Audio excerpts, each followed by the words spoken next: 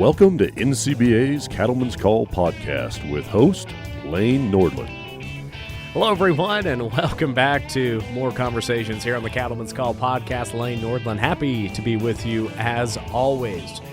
And today I'm looking forward to our conversation because not only is May National Law Enforcement Appreciation Month, we're having two guests join us here today that work in agricultural law enforcement. And of course, National Law Enforcement Appreciation Month, it really is a time to pay tribute to all of our law enforcement officials in the U.S. So I'm looking forward to talking about livestock production and agriculture in terms of law as well. And we're joined here today by Scott Williamson with Texas and Southwestern Cattle Raisers Association Special Ranger Team, and Captain Justin Smith with the Florida Department of Agriculture's Office of Ag Law Enforcement. Gentlemen, how are things there in your neck of the woods here today? Scott, I'll start with you. How are things down in Texas? They're good. As much of the nation, we've got considerable amount of drought and the liquidation and movement of cattle that comes with that. A lot of financial frauds that come with those movement of cattle and the new world of technology, but we're good. And Justin, for yourself, congratulations on your recent promotion to captain. We'll start off with that as well. But how are things there in the great state of Florida today?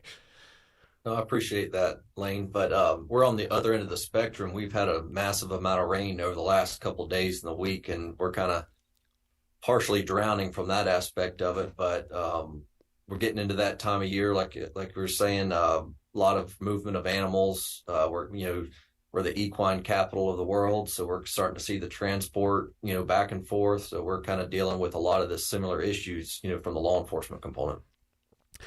And Justin, I'll continue here with you. Let's just share how in the state of Florida, the law enforcement aspect of agriculture is set up, how it's enforced, and maybe just walk us through how that works there. Because again, every state is just a little bit different. Here in Montana, we have a Department of Agriculture, then we have the Department of Livestock, which oversees all livestock law enforcement activities. But how is it there in the state of Florida?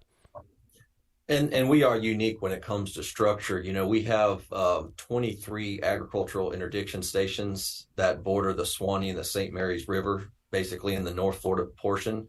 We are staffed 365 days a year, 24/7 with our officers.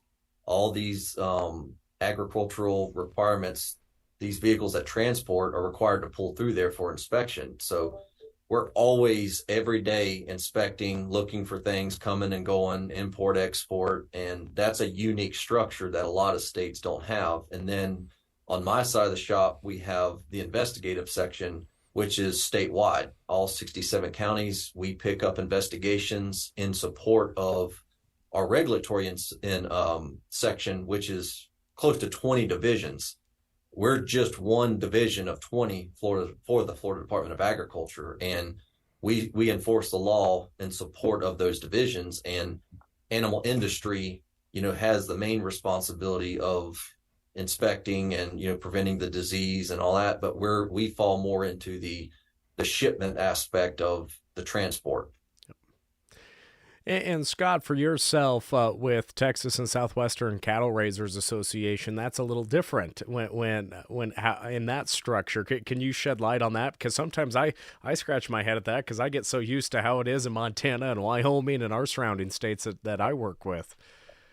Absolutely, and we have a segregation as livestock investigator and brand inspection from many of the things that Captain Smith spoke of. Texas Animal Health Commission, Department of Agriculture take care of all of those animal health related inspections or permitting.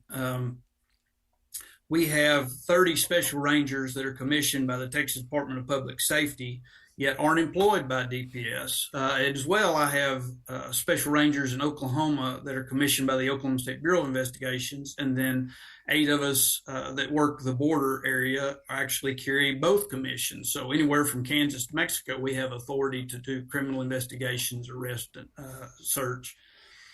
That primary difference is that our 30 special rangers are agriculture criminal investigation as their only or primary obligation. We have 65 market inspectors that work at all the public markets where those cattle are inspected and supervised by the special rangers, but then are a separate subunit. And I just think it's so interesting, and just a note on history is so many of our state livestock associations were started as an arm of enforcement of following brand laws and livestock rules for communities and on a county and state level. And I just think that is still, I don't want to say special, but so historic, and getting in touch with the history of the association itself, with how that role is split up between who you get paid by and then also who you have the authority to follow through with. Scott, how do you feel about that? It's really unique and quite a treasure, actually. I've worked 37 years for the association as a brand inspector and special ranger. So having that opportunity since 1877, when cattle raisers were formed in Graham, Texas, under a tree by ranchers, and not only that, but historic cattlemen of the United States, and to have that ability to represent the greatest ranching industry and DPS, and to have that relationship with the Texas Rangers and with the Oklahoma State Bureau of Investigations, we take that very seriously, to have that obligation to represent them professionally from the greatest industries, from cattle raisers to the producers to DPS to the Texas Rangers to OSPI. So it's a lot of fun, but also sometimes it gets a little daunting to realize you have no gray area. Yeah, exactly. And Captain Smith, for you, how long have you worked in this arm of law enforcement? Well, I've been with the department for close to 10 years now. And, I spent about 4 years in the uniform section out there on the interstate, migrated over to an intelligence position, which is what allowed me to really get into the intelligence-led component. As we shift for law enforcement with the cyber components, it's helped build those resources and kind of led me to this position where I'm at today. And when we look at that structure for your team, and I guess how many officers do you work with or oversee then with your leadership? And currently right now we're in a kind of the middle of a reorg. We got some vacant positions, but I currently have 5 lieutenants that I supervise with 16 investigators that are statewide. Once we get done with the reorg, it'll be condensed down to 2 lieutenants and 9 investigators covering about 30 of the 67 counties. Wow.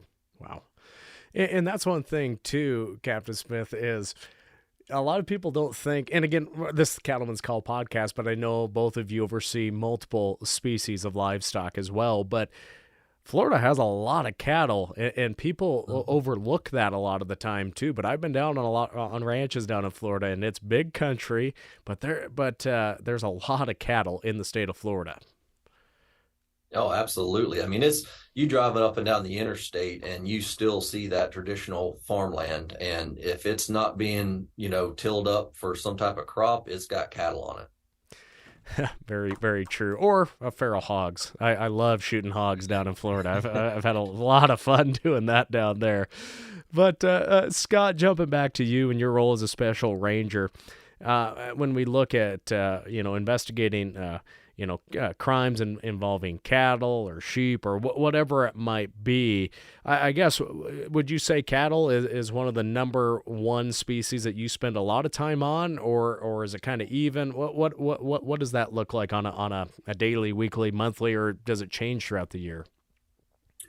We work any agricultural crime. While livestock is by far, under the category of cattle, is the most common.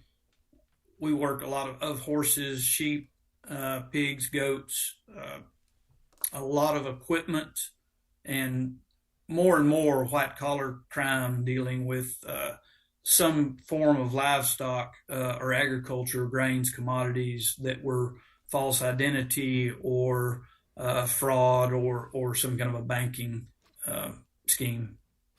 And I know you mentioned that earlier, but and people, especially folks in the city that really don't follow, they truly, because I travel a lot, and I used to actually get in a lot more conversations with people when we talk about cattle rustling, this and that.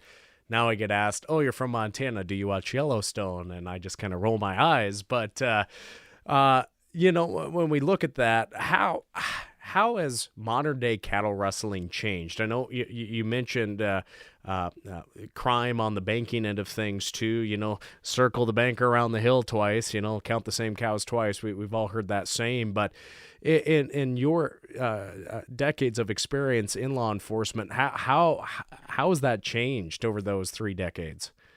Just the different types of crime.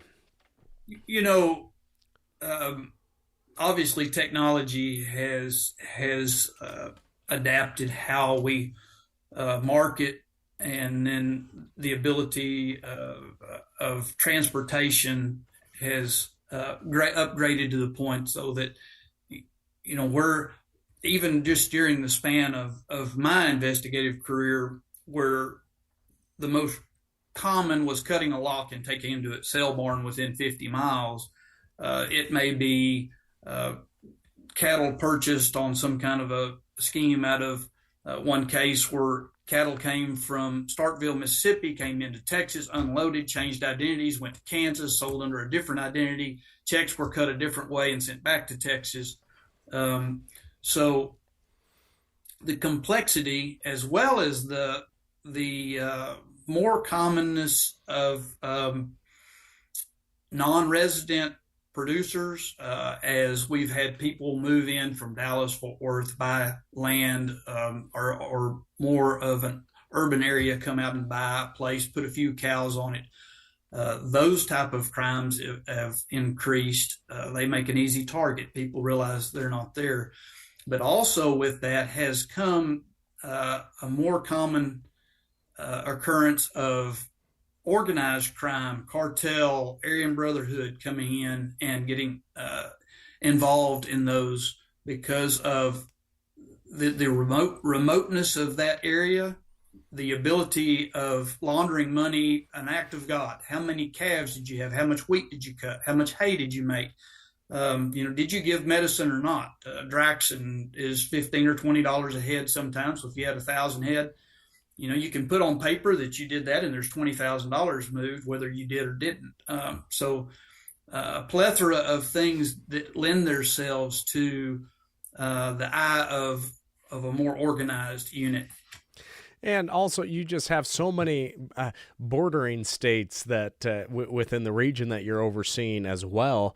And different states have different regulations. And I do want to ask you both about if your states have, I know Texas has brand laws, but I'm not sure about Florida.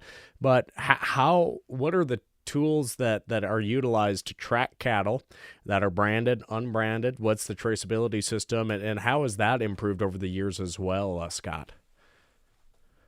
Well, one thing I want to back up and give a little credit to, or a lot of credit to, working relationships. We spend a great deal of energy in Texas, and many states do, with a group, Southern States Livestock Investigators, Western States Livestock Investigators, and one we spend a lot of time with, International Livestock. So my counterparts from all over North America, Canada, Mexico, we've even had New Zealand and Australia, come together annually, and so we have a great relationship to where one example is some cattle out of Vernon, Texas that we had suspicion of. I got a call on a Sunday morning from my counterpart in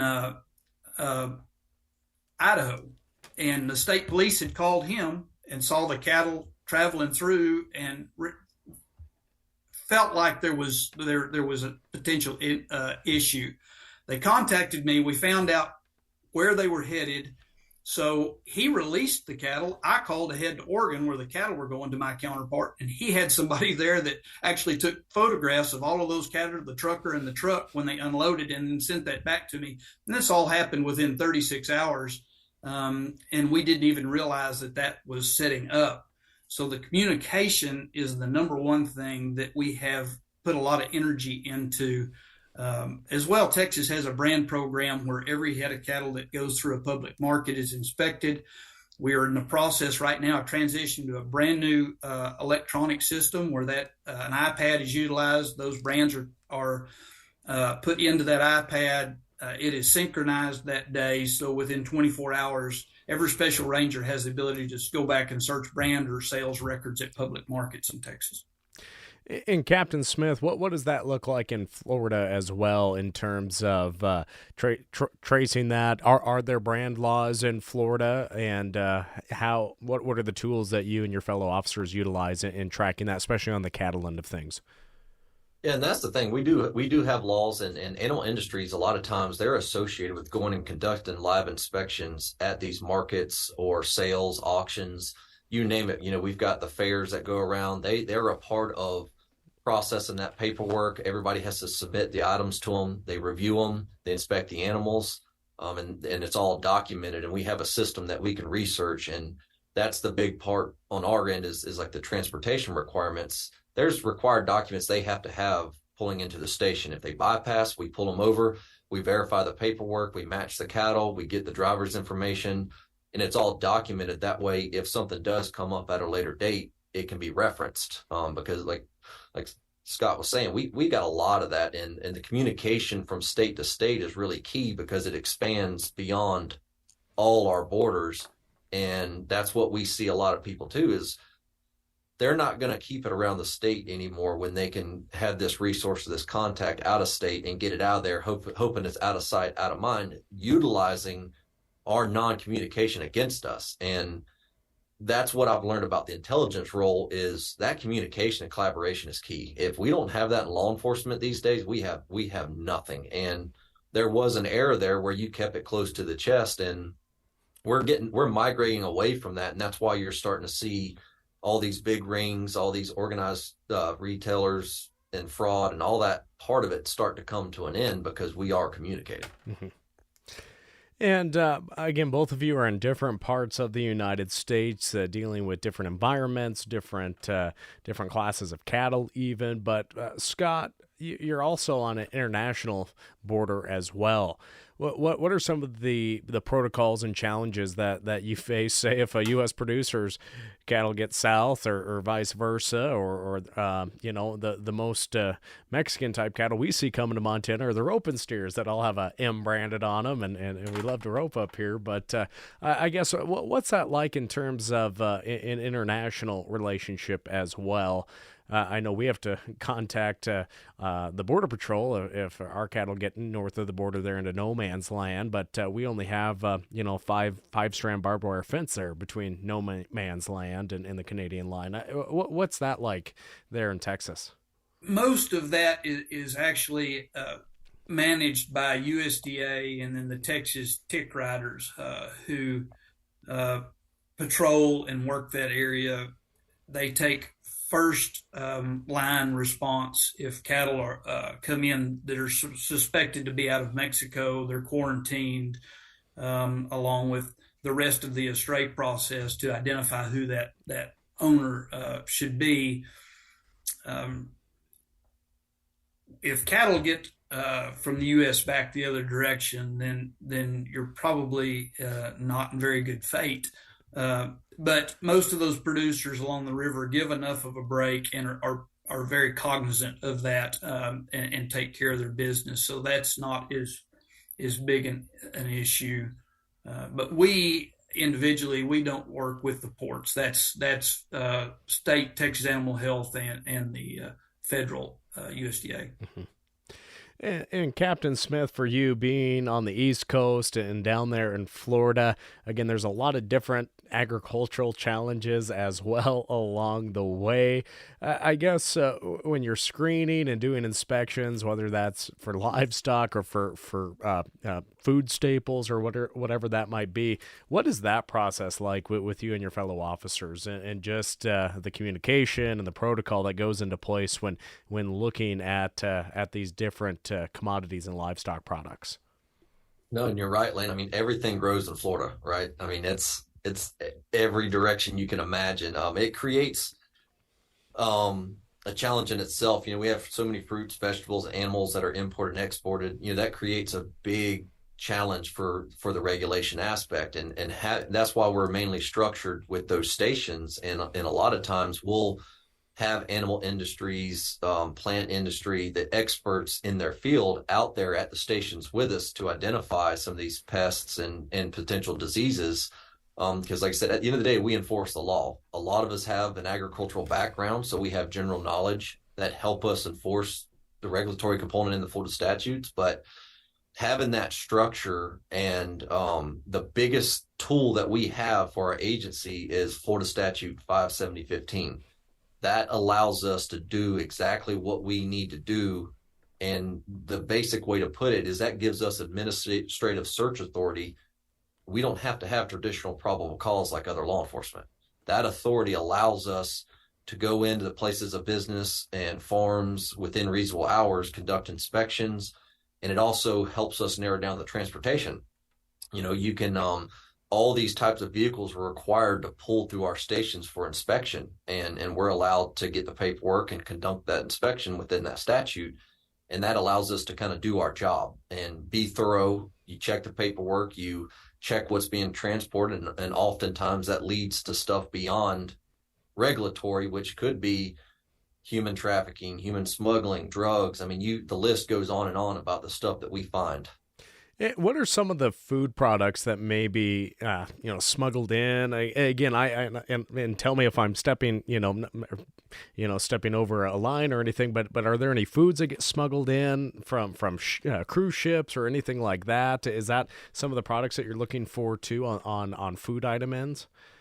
Yeah, and that's a different component of it, with the ships, because we have the ship ports. That's a whole nother element, and the CBP, Border Patrol, and USDA help regulate that stuff in the bonded areas. Once it gets out of bond and goes into transport and commerce, that's where we would ultimately find and step into. But I spent about 2 years doing research at the ports and identifying different things that come in and come out. And a couple of years ago, we had a massive issue with the fruit fly that was devastating our crops in South Florida because somebody brought it in on an item that shouldn't have came in, and they threw it out in the trash. And here you go. Next thing you know, we got 100-mile quarantine zone in South Florida, having to strip all these trees and plants of their fruit. That this is what people profit off of. I mean, it ended up being $1 billion devastation to the industry. And that goes into the same thing for animal shipments. When there's disease, in other states, vesicular stomatus, I mean, you name it, if they're not coming from a free state, that hinders the shipment. The avian influenza for, the birds, it's all that affects what comes and goes from our state and could devastate that industry.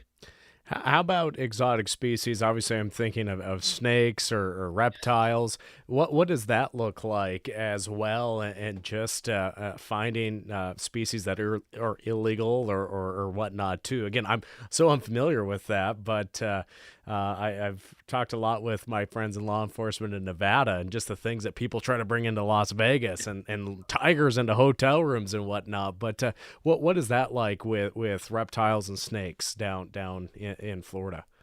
And that's another one of those elements that just adds to the chaos is, the Florida Wildlife Commission has control over the permitting for the exotic animals and the requirements. But at the end of the day, it falls under agriculture and consumer services for the transport, the housing, and all the other elements of that. And we see stuff coming through the mail, and it goes down to invasive species like, arthropods, centipedes, spiders. I mean, you name it. If, we had a case with some type of cockroach that was illegal to possess, and things that blow my mind that are coming to the mail that people want to possess these things. They get them, they can't control them, or they break containment. Next thing you know, we've got like the boa constrictors that are taking over the Everglades and devastating, all the small animals, and even, taking control of the alligator population. So people look at it as oh, it's not that big a deal. This is cool to possess, but they don't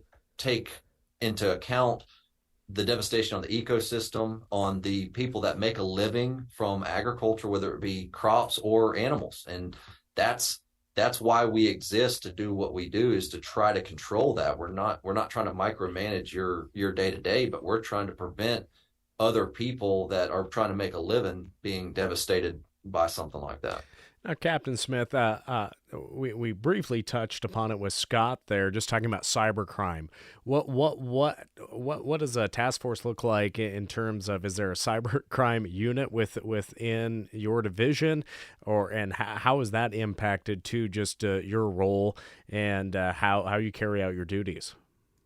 Well, and we're small compared to the other state agencies in Florida, and we've got an aggressive new commissioner. We've got new leadership at our command level that are working on expanding us and our daily duties. And we need more personnel to combat what we're dealing with. And, we kind of wear many hats, like a lot of law enforcement does. And that intelligence part that I was a part of is kind of our cyber component, because we were attached to a unit through the Florida Department of Law Enforcement. And we basically look into all elements of crime, because you see agriculture, but we also have consumer services. Well, anything consumer related, it has fraud attached to it, and it's pretty much a cyber component, whether it be something being altered on a document digitally, whether it be all these cash apps that we have to deal with now. People are paying, like, we got a case now where cattle was transported out of state, third party.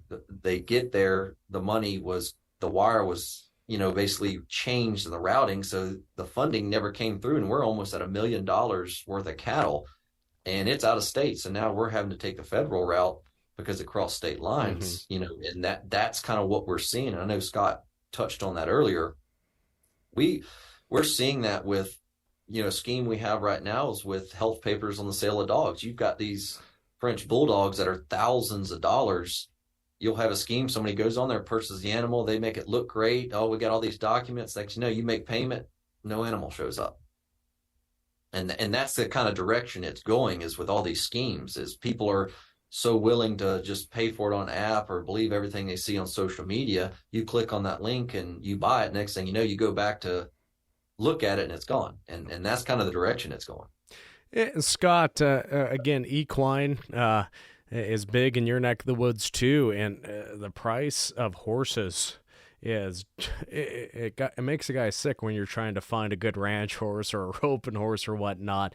Have you seen an uptick in equine type of fraud as well, with just when you're just getting a podunk horse that's still going for $10,000 to $15,000, and good horses are bringing $20,000 to $30,000?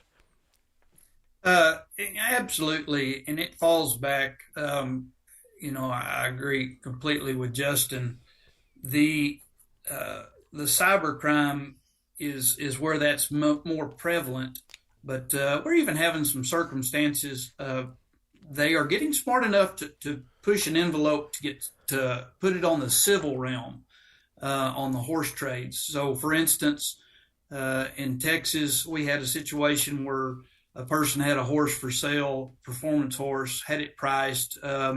Somebody came through that was, looking at it and said, look, I'm headed to California and get twice this in California for it. Give me the papers and let me have 5,000 out of it, and you're going to still make way more money.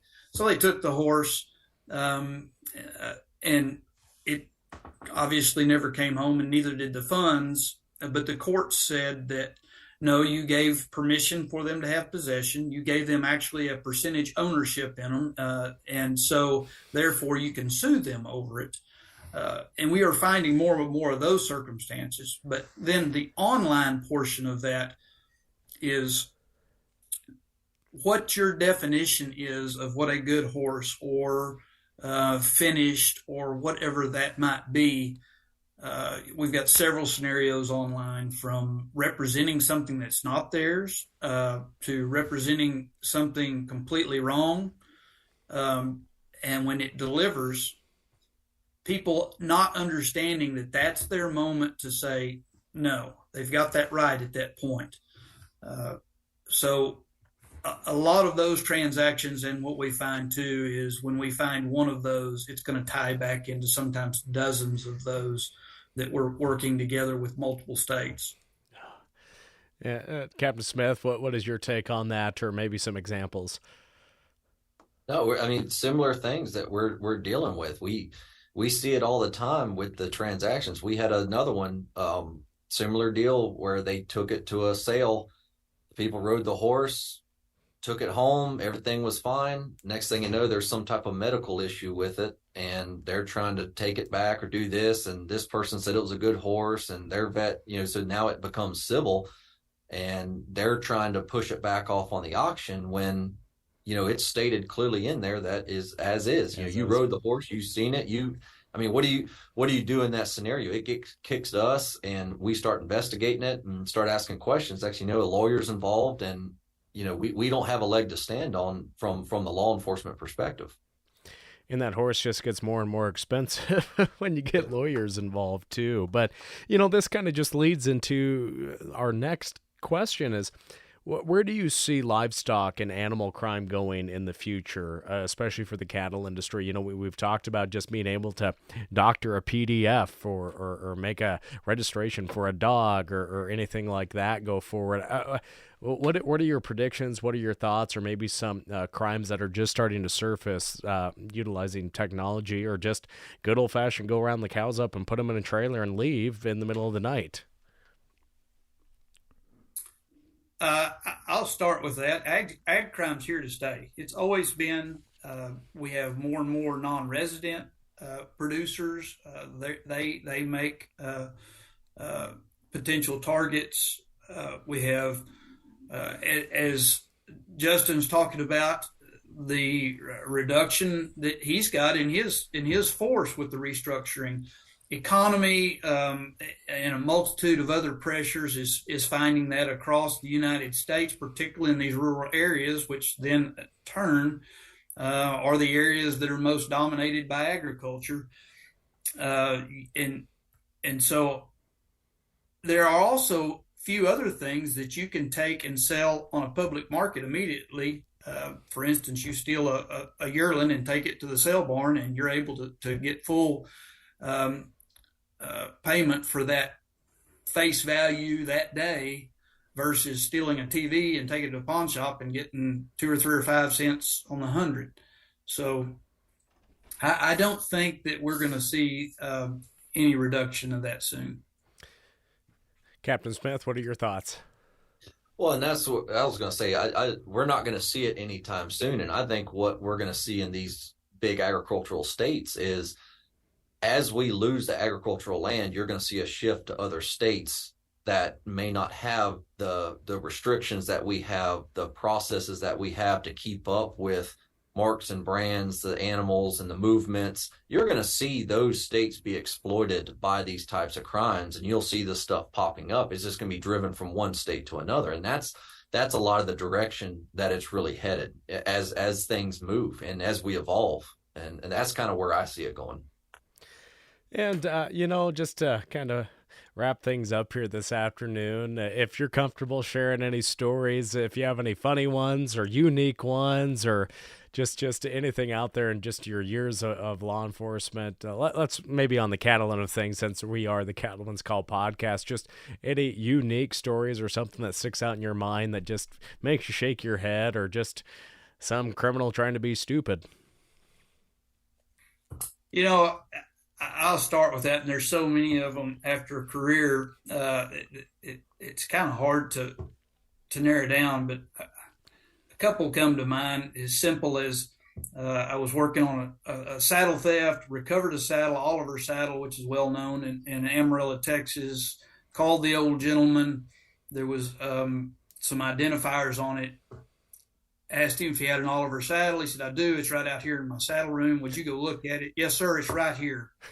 Immediately came in gasping for air and said, "Somebody stole my saddle." I said, "Yes, sir. I'm in possession of it." But he was just confident that it was still right there, and had similar circumstances in the middle of the night where we caught a guy hauling cattle. We knew they were stolen. He was giving us a song and dance that he had bought them and got lost. And about 6 o'clock in the morning, my cell phone rings, and it was from an area that we kind of thought the cattle might have come from. So while I'm sitting there in front of the suspect, I answer it. And this lady begins to tell me that her cattle were stolen out of her pens last night and describes them. So I just reached over and tapped it, put it on speakerphone. And I said, so these cattle look like, tell me one more time. And he just stuck his head down. And I said, well, we're in possession of them if you can meet me in 2 hours. We went on to make 50 felonies and get warrants in 9 counties of 2 states on that gentleman. Oh, my goodness. People just drive me nuts. Captain Smith, what are some stories from your view out in the countryside? Well, and that's the thing is we had one unique cattle theft operation. This guy was a hired hand to come in and break the cattle for these large ranches. And, a lot of times, if you're not keeping up with the cattle and the movements and this property, that property, it's hard to keep up with how many you have. So this guy was pretty intelligent. He would come in, he would get paid to do the job by the person. He would go out there, break them in, work them, do this, do that. Him and his girlfriend would do it. Well, what he was doing was he would take 1 or 2 at a time. Each time he went in and worked them, take them to the market. He was making money off of it. Did that for years. Finally comes across, the girlfriend got mad at him, started talking a little bit. He hires somebody else to come in to help him. This guy was like, well, why are we taking this to the market? Oh, that's the deal we've got worked out with the rancher, blah, blah, blah, blah, no big deal. Well, long story short, we ended up flipping both of them as witnesses, and we're able to tie years and hundreds of thousands of dollars, and not only what he was getting paid to work, but also what he was taking, able to trace it back to the markets, when he did it, what times, dates. And it was just unbelievable that, he was getting hired to do this. They was trusted to do this. And here you are robbing them blind and basically dually, getting rewarded for it. And it was a multi-jurisdictional case. It took a lot of moving parts to get it all nailed down, but it was just an intriguing case. I mean, really smart on his part, but you made the mistake of making his girlfriend mad. Should have put a ring on it, I guess. Yeah. But off of that too, what are some tips that you have for producers to just protect their businesses? That hard work that they put into their herds, the years that they put into growing the genetic potential that they have out in the countryside, the horses that they raise. What are just some easy tips that you have for them in the 21st century just to try and protect themselves a little more? Because we're busy. It's droughty everywhere. Even though we got rain and snow up here in Montana, we're going to get droughted out, I fear. What are some tips, especially when we are going through tough times, and when tough times occur, that's when the criminals like to come in and make a profit as well a lot of the time. I guess, Scott, I'll start with you. Well, a couple of pretty simple tenets to me give you some framework. One is, if it sounds too good to be true, it probably is. Top dollar is not always top pay, or the cheapest thing you're buying is not always the deal. We have a lot of these large financial yearling frauds where they offered me $2 or $3 a hundred more than everybody else. Well, there may have been a reason for that. But then maybe the most important is keeping a crime watch mentality. In these rural areas, your neighbors, all the producers around, what they drive, what their schedules are. And nearly all of these places we do business with have some kind of a notebook. Keep one in your visor, and when you see somebody, and actually today's smartphones, you see a vehicle or a person, something that makes you take the time. All it has to do is to make you take a second look to say, who was that? And if you don't know, then write a note, a date, a time, shoot a picture. We've worked multiple large organized crimes that we found people as we began investigating, had even seen driver's license, had spoke with these people, and the song and dance was good enough that they just ignored it and left it. And if we'd had those bits and pieces along the way, we could have, you know, quite honestly, may have solved that before many of the crimes happened. Captain Smith, and any words or thoughts of advice for our producers? Yeah, and I mean, on top of what Scott just said, is the documentation, knowing what you have, knowing where it's at, who you're like you said, working with.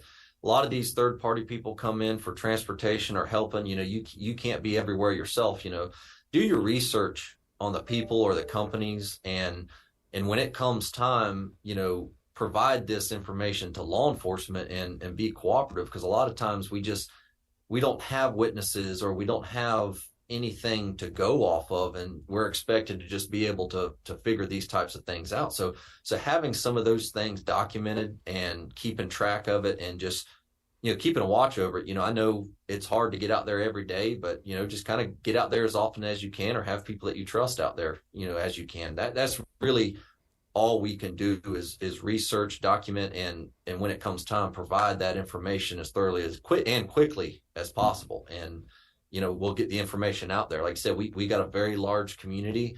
The state of Florida hasn't always been the best at the collaboration, but it's a new day, and Scott can call me tomorrow, and I'll do whatever I can here to help him out, and I'm sure it's the same way for him. So, and I couldn't agree with Justin more.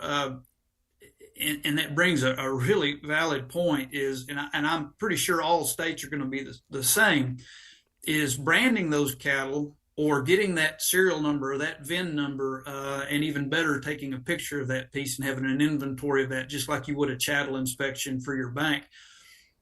Because you can report it stolen to us, but it's no different than if you said, I've got a white Ford, go find it.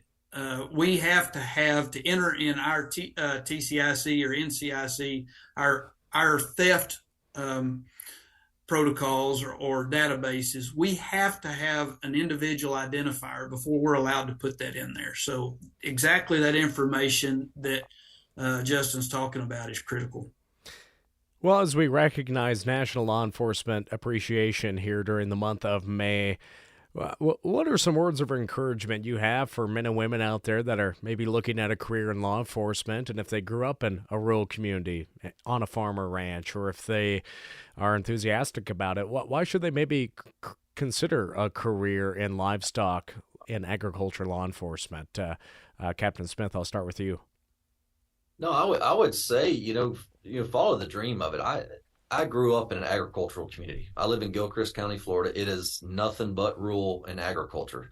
And I love that. I always had a passion for law enforcement, and what better way to find the non-traditional place of the Florida Department of Agriculture and Consumer Services. And it was a match made in heaven for me. We have all these programs with 4-H, FFA. You raise these animals, you sell them, you're in the trade, you're a farming.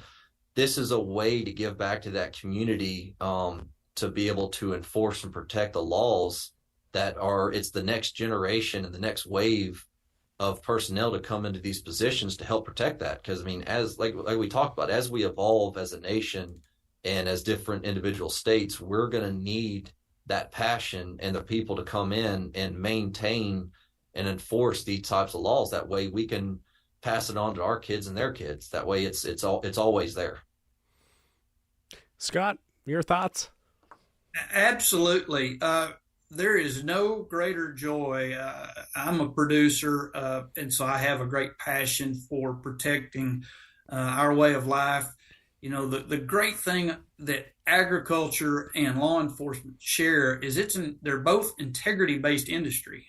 They have their entire premise is around integrity and honesty, and so to get to blend that and bring that back to our producers and to the agriculture industry, and to help be a protector to them, is very satisfying. Well, again, I appreciate you both taking time with us here today in your busy schedules. And thank you both for all your dedication and work and helping protect all of us here in rural America that put so much of our time and effort into raising good cattle. And, it's disappointing that there's people out there that want to fraud, they want to steal, but we can all sleep better at night here on our operations, knowing that gentlemen and women out there in the law enforcement arena are out there with producers with their best interest in mind. But hey, any last thoughts before I let you get back to your day here during the month of May? I'll just thank you for the exposure and having us on here. This is one of the things that our agency's trying to do, is get our name out there and what we do and why we do it. So that you bringing this to the table is definitely appreciated, and the recognition for Police Week on behalf of everybody at our agency, we appreciate it. Scott, any last thoughts?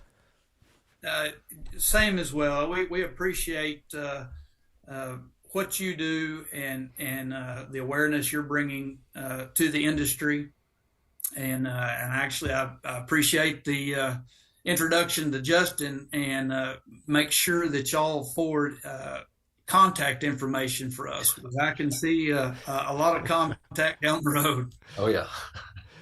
Well, that's what we do here on Cattleman's Call. We connect people across the nation. But again, thank you both for all of your service to the men and women, the cattlemen and women out in the countryside, and everybody that's impacted by livestock and food production as well.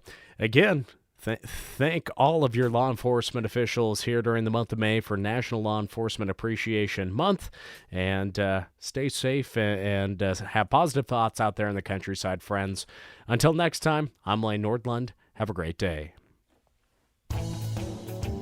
Thanks for tuning in to NCBA's Cattleman's Call podcast with Lane Nordlund. For more information, visit ncba.org and make sure to subscribe to the podcast today.